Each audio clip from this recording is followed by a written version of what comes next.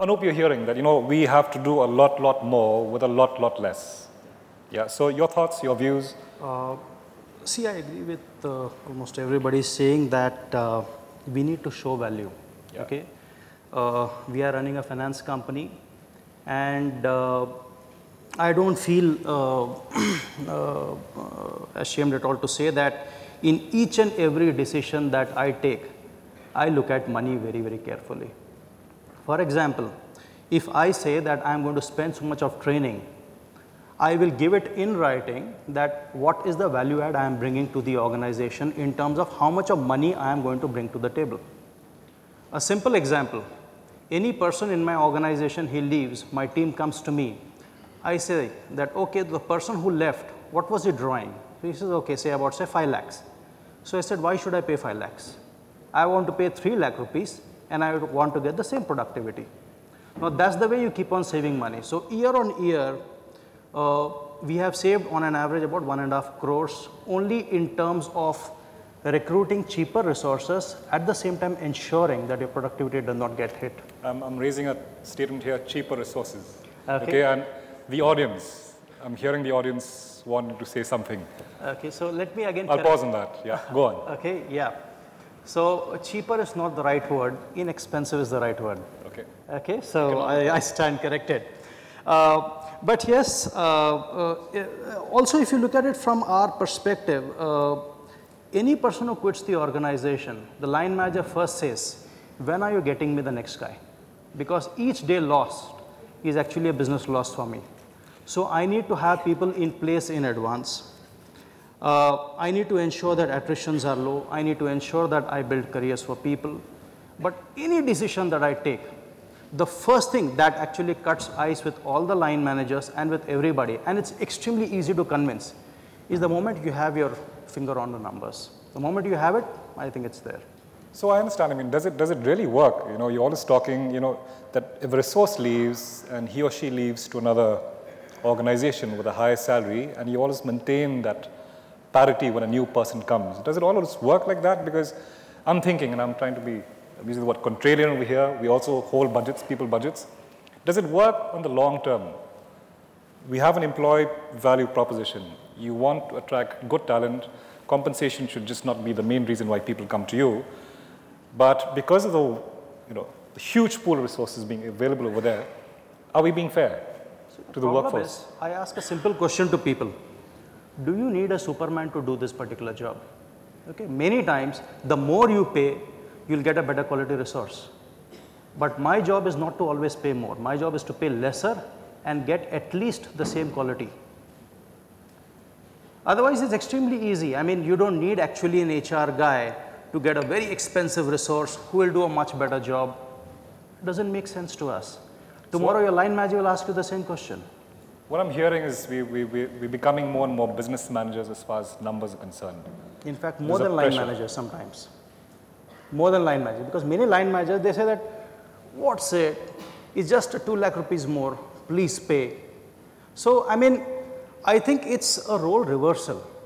Earlier, we used to say the same thing. Nowadays, we say, why should I pay more?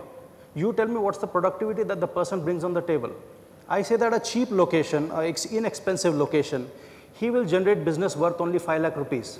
Why should I pay him 5 lakh rupees? I want to pay him maximum 3 lakh rupees. Dr. Sen, any thoughts? This is interesting. I mean, yes, interesting.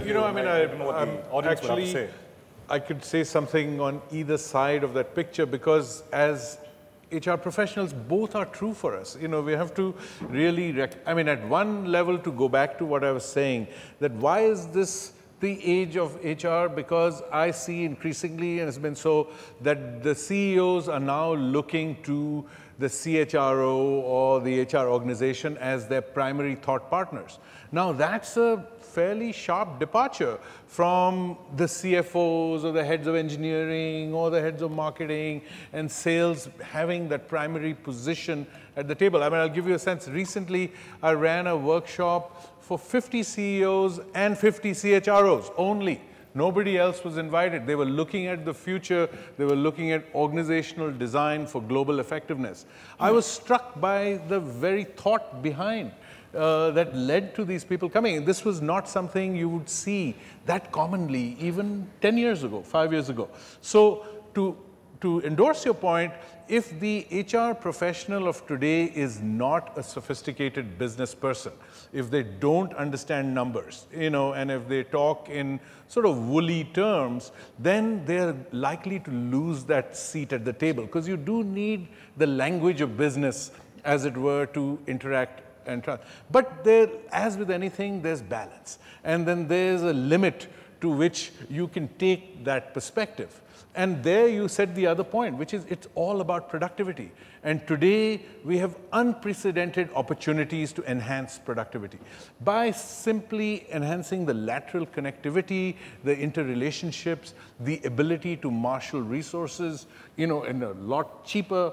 I mean, it's an interesting thing that the world's richest person didn't have access to the information that today everybody with even a basic phone anywhere around the world has in a space of 30 years. That's been the transition. So the ability for people to think innovatively, to think outside the box is unparalleled. So even as you're focused on cost, and there are ways to look at it.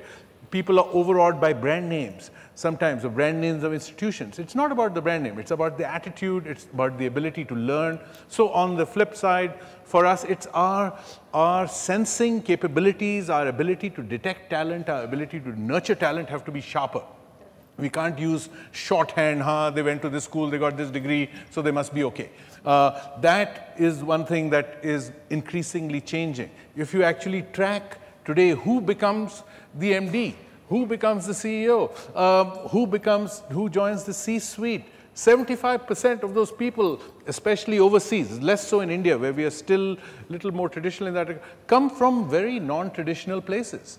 So I think the issue is that you have to balance the cost consideration with elements that will allow talent to shine through, and mechanisms, and that's where the challenge is, the clever deployment of processes and technologies that enhance productivity by creating many lateral touch points in the organizations and creating ecosystems of learning.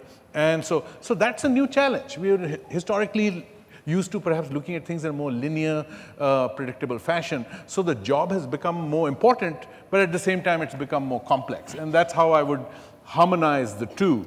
And say that yes, cost is important, but there are also ways of spending less and getting more without paying less to the people. That is what I'm saying. Thank you. So you're balancing out the conversations, and I think we understand where both parties are coming from. Okay. Now, again, we're talking about this new order, the new world, and I just want to pick up on a topic on demographics. Okay. By 2020, the average age in India will be 29. In China, it will be 37. In Europe, it will be 45. In Japan, it will be 48. And you can see the younger workforce coming to, in India. I'm sure in your industries, across all our industries, you have a much younger workforce. And obviously, they have very different attributes from what we think we have. They're getting paid higher salaries. They're impatient. They're used to this instant gratification. They're armed with information. They're irreverent. And they may not respect experience in a number of years. And they respect people who just bring some value to the table. Okay, that's one. So what I'm seeing is that India is getting richer and younger. So suddenly, the younger folks are getting so much money. Okay. The other extreme is you now have in organizations, and I'm sure in your organization, in all of the organizations, you have 3 generations in one workplace. Okay. 4 generations. Okay, interesting. So you have first-generation leaders, second-generation systems, third-generation workforce. Okay, so that's it's at opposite ends. So there's a vortex over here. And they don't value tenure. They basically value the time that they spend as longevity or as value to the business. Now, do you face this firstly in your respective organizations? Can you just help articulate out for me? And what do you do to handle this sort of multi-generational workforce in one organization and one unit? So, any thoughts? When I say 4, if you split, if you actually split the workforce by the years that they were born, you go back to saying traditionalists were between 50 to 65, straddlers is, you add another 15, 65 to 80, you have Gen X, which is 80 plus 15, and then now we call them millennials, that's what we call them. So I would consider myself as a Gen X. Even if you take any one process of HR, so if you take careers, for example, the traditionalists would look at their career and turn around and say, I would want to leave a legacy. I would want to build a legacy, right? The next, you have the straddlers, and they turn around and say, yes, I just want a good career. I want to build a good career. Now, the third, which is the Gen X, would say, can I have an addition to the role as compared to what I'm really playing today? Can I have something which is parallel to what I do? And you have the millennials who actually turn around and say, I'm happy and content with the 9-hour job that I do, and I have really no interest in leaving a legacy as long as I'm happy in the role here and now. So it is difficult when you have 4 generations in one organization trying to roll out just one policy. There will be divergent views. You're going to turn around and you're going to have a Gen X saying, it really doesn't make sense. What do you mean work from home? What is work from home? How can I work at home? Because I live in a 3-bedroom, 2-bedroom apartment and it's going to be crazy. Whereas you have a Gen X who says, I want to work from home and it has to be X number of percentage of hours. So you also can't really roll out a policy without taking their views in. So we, at Infosys, for example, we have a policy on probation. We first taken views from the so-called voice of youth, explaining to them the policy, the why and the rationale of the policy so that it is accepted better. Once we get in their views, we do turn around and say, okay, these changes possible, these other changes not possible. But the amount of effort that goes into rolling out a small little policy as compared to, maybe 10 years earlier is huge. So communication suddenly has become very important to the HR function. We have, apart from having the radio and the Infosys TV, which actually gives you first-hand information about what's happening in the organization before it goes to the press, because that was one huge issue, continues to be an issue, saying Economic Times has much more information as compared to what you people tell us internally. So though we have Infosys TV as well as different ways of blogs and different ways of communication internally, the more we do is always less. So it is quite a challenge, but it's interesting. So to pause, so how many generations are here on this panel? So where are we? I count for several.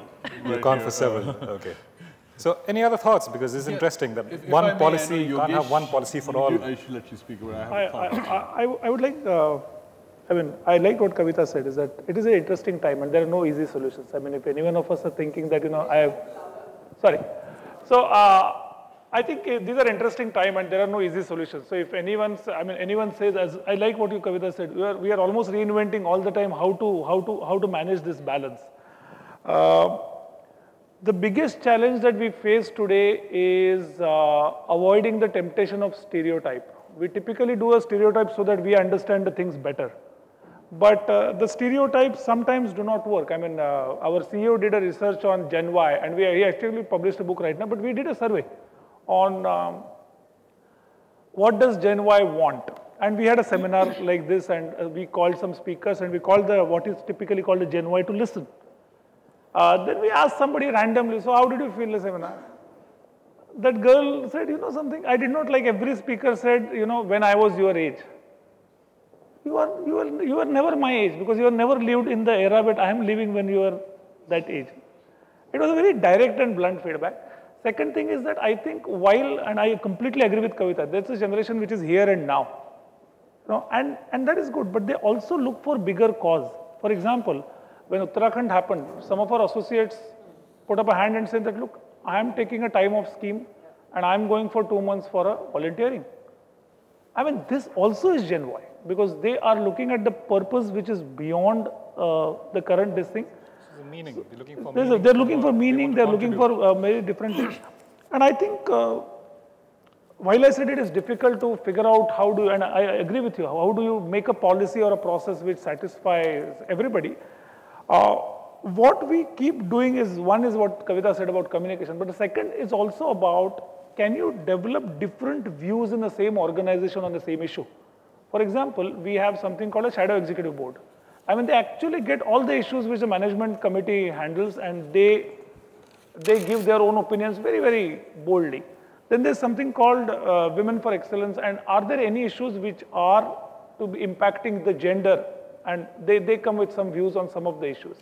Then there's a third board which is called what we call diversity and inclusion, which is basically, today we are working with all nationalities. And when you are headquartered in India, you may rave great about your policies, but is this policy making any sense to a Dutch person, to a Japanese person, to a Chinese person? Do they relate to it? So there's a D&I board. And we don't have an answer, but what we keep doing is continuously keeping that dialogue open from multiple dimensions. And trying to incorporate as much as you can. But if I say that, yeah, we have figured it out, I don't think it's a real issue. Aspirations are changing, and your business focus, you have to still deliver the business value. So a question here, you've said that aspirations are changing. So like I'm saying, earlier tenure was respected. Now I think when Gen Y are the youngest, are the millennials. So can I have a show of hands, how many millennials over here? One. Just a spin. I mean, this is more in mind. So yeah. Gen Y is. Okay. So let's have a show of hands. How many of us have greater than 15 years of experience? Show of hands, please. Can't see. Okay. Yeah. So greater than 15 years of experience. Okay. Greater than 10 years of experience. Okay, so yeah, 15 years to 10 years experience. 5 to 10 years of experience. Okay. And 0 to 5 years of experience. Yeah. Either you're all not raising your hands very strongly, or basically I'm not seeing very clearly. So I'm seeing a fair spread actually over here. So I hope at least during the conversation we're able to cater to what are the concerns that we have. Now, I just want to ask, they're impatient, they're irreverent, and they see careers very, very differently. How do you go about, talking about careers, how do you go about providing a career path? How do you sell an organization? How do you sell your value proposition to this set of people who only has information? Who only has a set of opinions and views and says that I will be in an organization only for a small number of years, then I will jump ship. And you would want to retain people, right? It's your biggest issue right now. The moment a person leaves, okay, you have to get the person to the same cost or lesser. So how do you give that future? Okay, so before I start, I just wanted to say that we actually very recently did a staff survey. We participated with Hewitt, and they said, we want to include a few questions on diversity.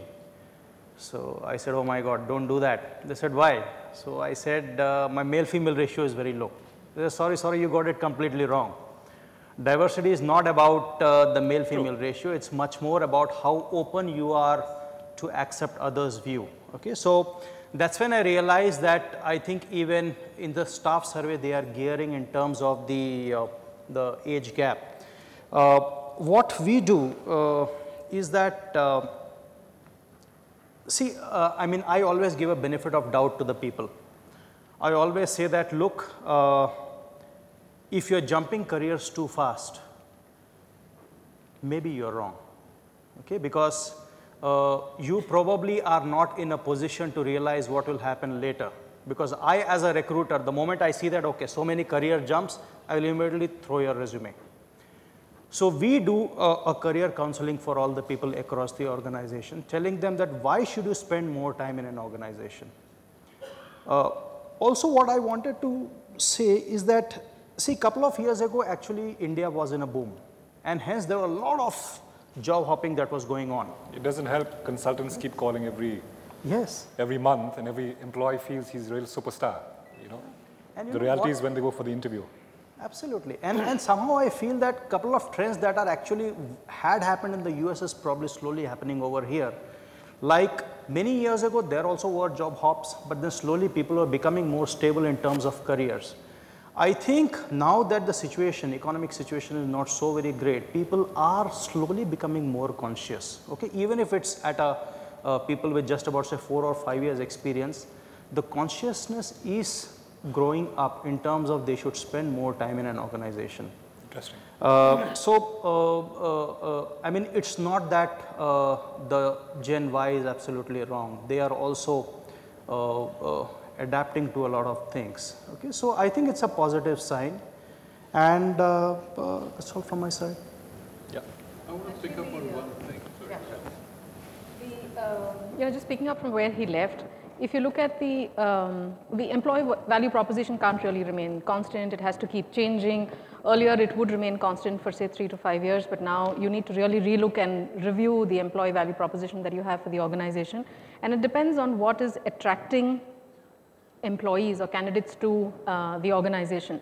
So if you look at the Corporate Executive Board report, the CLC report, even for Q3, it was pretty amazing. I mean, it said the forces for attraction remain compensation as number 1, but number 2 is work-life balance, and number 3 is respect, which actually blew us all away. It was, we do this quarterly review of the report itself because we need to go back and see whether it makes sense, and it has India, US, UK, EMEA, blah, blah, blah. It has all the countries. Now, that actually set us thinking. So on one side, I'm going to colleges myself and I speak to them and I say, I am HR for 30% of Infosys, and what I need from you is be prepared for 24/7 kind of working, because your productivity is going to be monitored. You will have to agree to stringent timelines. Turnaround time is key. At the same time, you have to innovate, blah, blah, blah. And on the other side, you actually have employees quitting because they can't really take this 24/7. Again, it's the Gen Y, the millennials that we're talking about, who don't agree or accept to the, so there are a few who will say yes, but the number of quits who say need a break, you have a drop down in any organization for reason. So the number of quits that are actually moving out because of I need just a break has actually increased by whatever, it's just about 1%, not even reached 1%, but we've seen that trend. And again, third was respect. So we've never really thought about respect at an emotional level or an EQ level, right? You turn around and you say, ye karna hi hai, ghar mat jao, ye karo, this is extremely important, it has to close today, etc., etc. The way you come across as a colleague or as, even an HR or even as a manager to your subordinate, somewhere it's getting a little aggressive, and that is coming up as an issue. So respect again is a huge reason as to why people are attracted to an organization. So that was extremely interesting. So we went back and we said, look at our values, see if you have to redo stuff. Dr. Sen, anything you want to add? Because I think these two statements are very strong. Very well said, Kavita. And I think it's very important. Let me just pick up on this one stereotype. I mean, Yogesh, you talked about the stereotype that this next generation, the young generation, is disloyal. That they're only loyal to themselves and they're, fidgety and they want to change.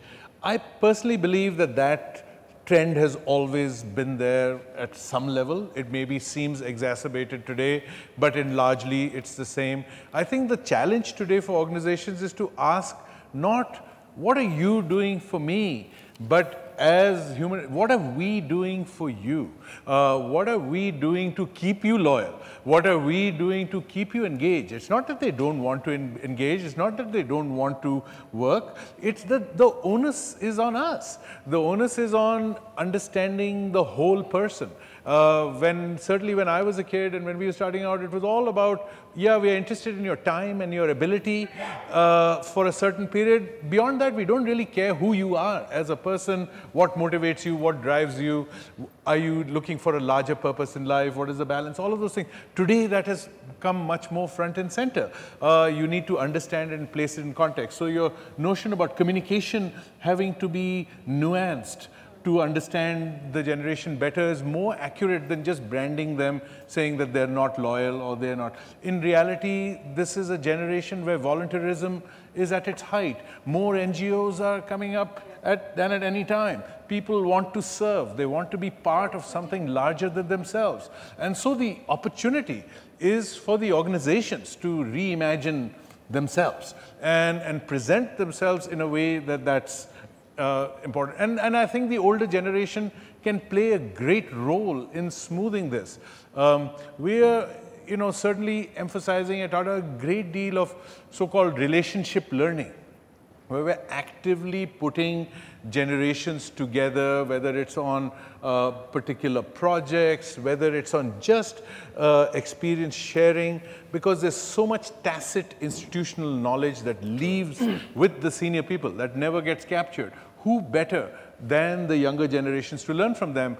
It just doesn't happen by accident. You have to do something. So as an organization, you have to look at mechanisms to allow this interplay of knowledge. And that can truly trigger a mutual reinforcing. It invigorates both groups. So I think that if you actually look at the new generation in their own terms, and in fact, each generation in that, and then give them opportunities to enrich each other, that's the formula. So it just leads to my question. So go ahead.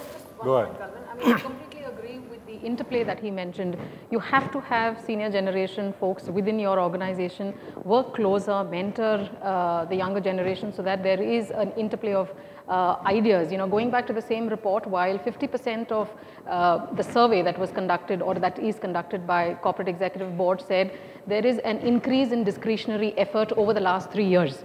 So it said people who were surveyed definitely said that they have increased the number of work hours in the organization, but that did not mean that they would be loyal to this organization in the next 2 years. It means they are willing to work in the organization. They will put in a lot of discretionary effort over and above that is needed, but that didn't really relate to the engagement or the tenure that they were willing to work in the organization. So all the more you come back to your retention. Is not a premium, is what you contribute for that short amount of time. And it's okay for them to say, what's in it for me? Yeah. I mean, and that's a question we need to step up and answer. And yes, they're going to ask that question. Everyone has always asked that question. And can you answer that question in a way that brings the different levels or generations in your organization together? Yeah. So one question I just want to ask you, any mechanisms you're using to ensure that at least the earlier generations know or are able to manage the younger generation better? Are there any mechanisms, any coaching, any processes? I mean, I don't believe too much in processes because it distorts the entire human relationship, but any initiatives that any one of us over here are doing to help the earlier generations manage? Not essentially you have to invent new processes. Okay, your current processes can be used very intelligently. Let me give you an example. For any person, his or her manager is the company. And when we looked at our engagement survey, at a point of time, we are saying that, look, so many people come from so many diverse backgrounds. Have we ever thought that what is Zensar for an associate? Because for an associate, my manager is Zensar. And, are we at least even trying to attempt a kind of a view of a Zensar which looks similar? Then we embarked on a journey. What we did is that we said connection is something, and we actually have a connectedness as an agenda, which we developed. And the entire leadership team got trained as trainers. Did the trainers, we became the faculty, and we went all over the world, not training, but we conduct this 1.5 days workshop in which, to give you an idea, we use 7 slides. So it's a very high discussion led. And we discussed how do you connect with your people. And we told people, look, don't get too worried about this Gen X, Gen Y, and am I being relevant to the new generation? You figure out your own style, what is comfortable to you. Because while connecting, you yourself need to be very comfortable. I'm not asking you to suddenly be this gregarious person and a party-going person because you want to connect more. But tell us real things, how would you connect with your people? And actually we set up a review mechanism for that. Because sometimes we talk something about these in seminars that how do you connect the people. people said, these are the 2 or 3 things I would like to connect with my people, and we actually started a quarterly review of that. This review did not mean, and this is what Dr. Sen talked about, creating platforms to make sure that they mix with each other. So how are you mixing with your people? And we started following up rigorously just like any other review. Simple process like development action plan. We said the development action plans, always HR is running behind people saying that, create your development action plans. We actually turned it around and saying that, look, first and foremost is that everybody starting from a senior leadership, do they have the development action plan? Because sometimes we take this view that this is not required for us, but we'll do it for others. Unless you emotionally go through that, you can't do a good job for others. So we started that. The message also is that we are all equals when it comes to development. Even a senior vice president of the company needs to go through a development plan. And that development action plan we use for a lot of dialogues. So we conducted a series of workshops saying that and we demystified this whole development action plan thing. This is not an HR thing. A business manager sitting with your person actually saying, hey, look, what would you enjoy more and what will help us more? And we kept it in a very non-HR, non-technical language and has an amazing impact. We had some indicators which says this. So there are platforms which we need to build semi-formal. We have those platforms and we did branding. It's a little bit of a branding it tools also. We said I am Zensar, and people started doing that. What am I doing for connecting with my people? And because the more you interact, the more you get to know each other more. There is no simple formula to that, and we are not measuring the outcomes. What happened when you connected with people? We just kept asking very politely, are you connecting with your people? Just tell us. So what I'm finding is that we are finding ways and discovering ways to figure out. We don't have the answer right now, but we are finding ways and discovering ways. But the underlying spark has to be authenticity. And to the extent that you can breed authenticity, that's the greatest bridge among generations, and they may have slightly different flavors of their authenticity, but that's where the maturity comes. That's where the training comes for people to be a little bit more self-aware, to become better listeners, to really, again, develop the EQ that Kavita was talking about. Absolutely agree with you. I think that's one of even... Dr. Sen, absolutely. I mean, when we said about you don't change your styles, we were basically aiming at authenticity. I said, you don't try to be phony. If you're a person who has been generally quiet, suddenly don't go on the floor and say that let's party. I mean, people will say, what happened to you? Be yourself. Be authentic and connect people. There are multiple ways of connecting people. Just be authentic. And I think I completely, okay. People are very smart. So I'll come, thank you for that. I think demographics will always keep us talking because we either belong to one demographic or the other. The other topic which I just want to ask now is, it's just want to have a shift of track. But before I do that, I just want to have a show of hands. How many of you are on LinkedIn? Okay, interesting. How many of you are on Twitter? Okay, very important what we say right now because people will be tweeting. And how many of you are on Facebook? Okay, more importantly, how many of you are friends with your boss on Facebook? Are your bosses here right now? Okay, so I wanted to understand, this is the pervasiveness of social media. And everybody over here lifted up their hands. So it's a very powerful, potent force. And we are HR practitioners, we are HR leaders. I'm sure you have LinkedIn account, Twitter account, and a Facebook account. We may not be friends with our bosses, but it's there, right? Yeah, absolutely. You're friends with your boss? Okay, interesting. So we have this digitally hyper-connected workforce, okay? What are you doing? I mean, so one more, so let me shift. Company spin also doesn't work anymore. Earlier, we would manufacture stories about our organizations. Infosys is like this is a great place to work. Zensar stands for these values. But nowadays, what do the youth do? They just go to Glassdoor, they go to Vault. The entire reputation of your organization is spelled out over there.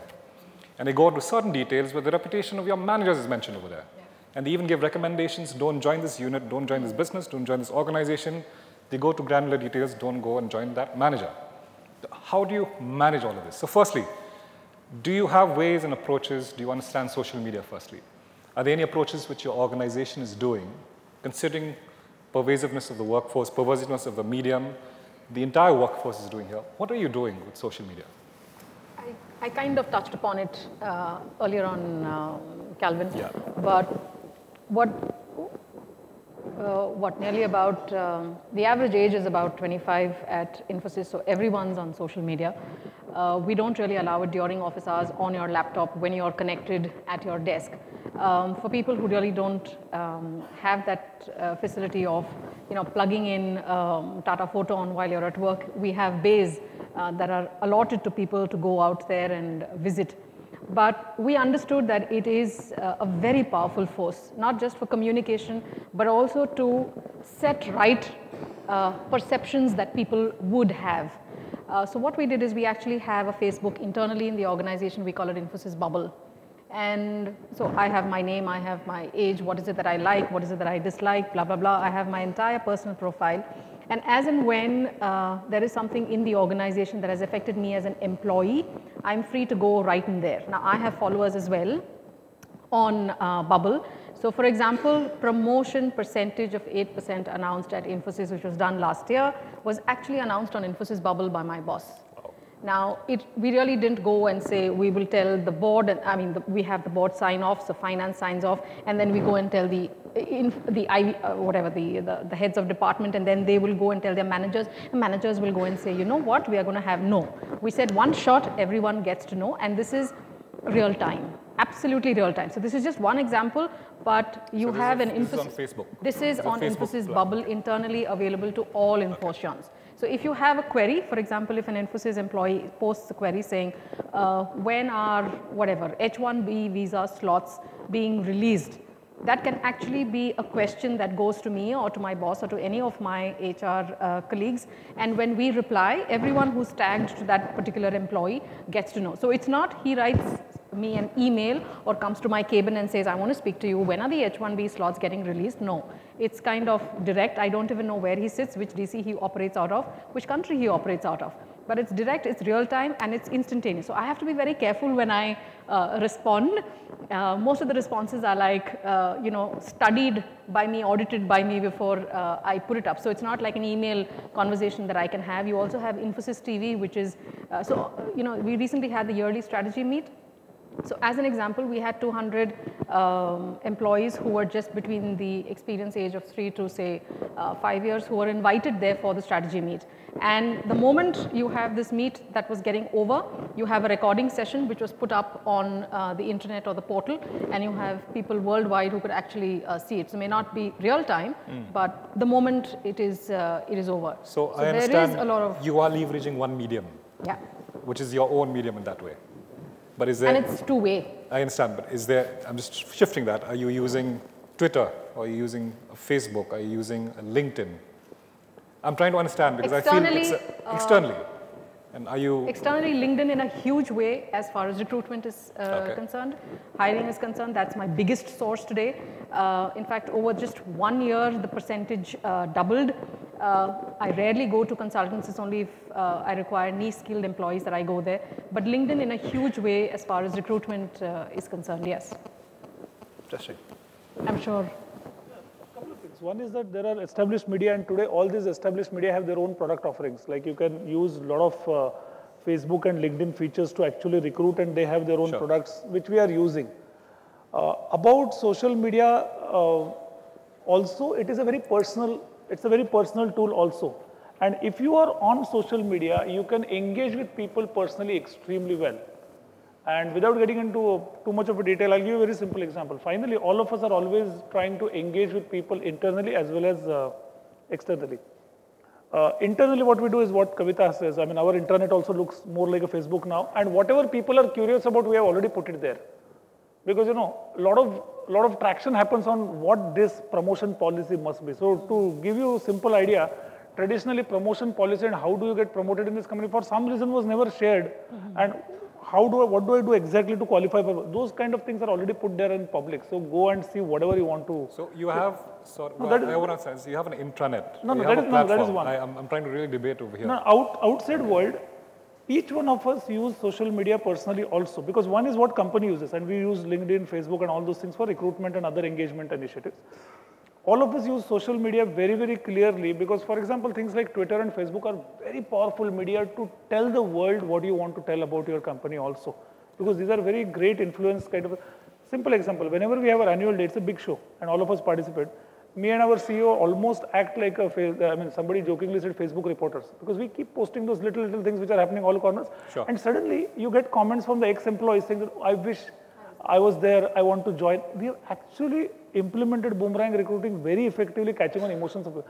This is a very small example, but you can use social media to actually tell the world what you are, and they finally believe what they think you are. But so what I'm hearing now is, I think in some ways or the other we are using it. It could be baby steps, but I think it's something which we need to realize. It's a very powerful platform. It can build reputation. It can tarnish an image as well. And we've seen repercussions what happened in the past 2 weeks, of course, where things just turned terrible for a certain individual. But I think why I'm asking this question is because we as HR professionals, as leaders, as business leaders, we know what social media is all about, but we don't know how to handle it for our workforce within the organization. Any thoughts on that then? Any other thoughts on that? Because then I would want to push this now to the next round and have a question and answer. What is the question, sir? No, I want to know, are we aware? Do we know how to handle social media? And how do we leverage? So what I understand right now is that we're doing it in one way or the other. It's baby steps that we're doing. And I'm sure that there will also be an approach which could be stronger and which to engage with the employees and the external world as well. I mean, there's no question that as organizations, we're in a digital fishbowl. That's what I tell people, that there's a million eyes on what you do and equally a million eyes on what you don't do. And people have opinions on both. I personally believe that organizations, and you use the word baby steps, Calvin, organizations are well behind individuals in actually their sophistication and usage of this. To switch to, I mean, there's clearly effective ways to, monitor it, get your message out, deepen the interaction. But what I would say where organizations are not doing a great job today is systematically putting listening posts. I mean, when we talk about the reconfiguration of the HR function, building your employer brand, building stories about your organization, getting a sense of what the sentiment is about particular products and services, that has to be systematically managed. And I believe that we're just in the early stages. I certainly can tell you within our group, companies vary vastly in their sophistication, but that is where the opportunity is. I mean, I think that if firms do not fully understand the impact that it has on reputation and how you can filter this mass of information into some cogent responses and don't have actually a response team. And those are the reconfigurations in organizations that in many cases haven't occurred systematically. We're not going to be able to take advantage of this phenomenon. Our people live there. We saw this in the room. Everybody is already on there. The question is, what are we doing about it? And thankfully, there are increasingly great tools. Many of them are free. And so organizations increasingly have fewer excuses left for not having a systematic social media strategy. And I believe among that spectrum, it's HR that has to be at the core, not marketing and sales alone. It's HR because ultimately it's about managing your reputation with the people. So how, I mean, there are two ways of looking at a social media. Normal ones are you can recruit, outsource, you can also ref check. What we also do is we also catch defaulters because people take loans, they vanish. So what we do is we create an invite for them, we send it, and they accept those invite. So you create a duplicate identity. Okay, so that's not what HR does, okay, but that's what few of the guys in business they do, and it's fairly effective. Fair. But what we also do is see, there are a lot of, what Dr. Sen very rightly said is that first we need to listen very carefully. Earlier, I remember instances where HR used to create a lot of things and then they said, look, I have done this for you. And employees used to say, okay, so do I really want it? So nowadays, I believe HR says, okay, tell me what you want, okay? And then we create what you want. We use a lot of Google survey in terms of really finding out the feedback of people. For example, in terms of after we do an entire review in the system, we ask people that, okay, visit this particular website, go to Google website, these are the questions, tell me honestly, do you really find the entire performance review process meaningful? Do you like your particular boss, your manager? Did he counsel you, guide you, etc.? So we use all these things very effectively. Personally, if you ask me, I don't post anything about myself in the social media because I am very scared. So, I mean, I am very paranoid. So I don't do anything. I don't post my photos. I don't do anything with regard to social media. Are you Facebook friends with your boss? No. Yeah, so I think there's a, I'm not giving an advice, but I'll just give you a small incident. Somebody called in sick from my team, and he was not, yes. was not part of my network, but he was friends with my friend and took a long leave. And on a Monday morning, there were pictures of Goa all over. So I'm sure some of us are, have gone through that process before. There was one of our employees also who was dying to go for a training program. And we were really filtering that leadership program. And when we sent her, we realized that by the evening, she had just put on Facebook status, oh, these training programs are so boring and so dead, I wish I could get out of here. What do you do in that situation? But then these are the realities that you face, and I think I'm just trying to turn this conversation to authenticity. What do we do? Yeah. So that's a question which, while we have social media, we'll also be faced with these disclosures made from people.